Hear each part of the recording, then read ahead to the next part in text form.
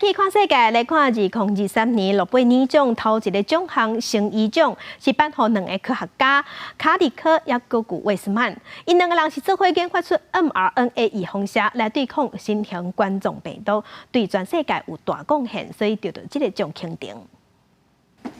今年诺贝尔奖第一个奖项生医奖颁予匈牙利的美籍科学家卡里克，甲美国科学家魏斯曼，表彰因伫 mRNA 疫苗研发对抗新冠病毒团队贡献。mRNA vaccines, together with other COVID-19 vaccines, have been administered over 13 billion times. Together, they have saved millions of lives, prevented severe COVID-19. 因拢是美国宾州大学教授，两人伫2000年就发表第一篇相关研究的论文。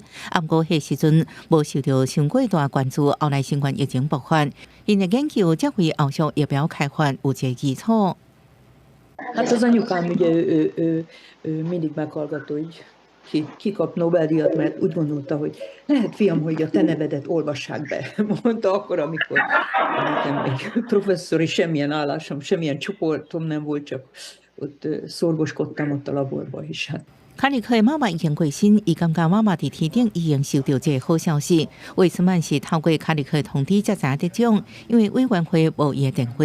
委员会学了 mRNA 疫苗为其他疾病疫苗开创道路，包含马拉利亚、艾滋病甲癌症。We spent the rest of 20+ years working together, figuring out how to get it to work, how to get a vaccine to function well. And COVID hit, and the vaccines were recognized for 95% efficacy, which was really a turning point in RNA therapeutics. WHO 秘书长谭德赛也表示，这对科学甲疫苗来讲，拢是伟大一天。各向两位学者祝福，感谢因伫生活疫苗研发的贡献。两人因评分1700万克人，合代票3242万的奖金。公司新闻电视真平息。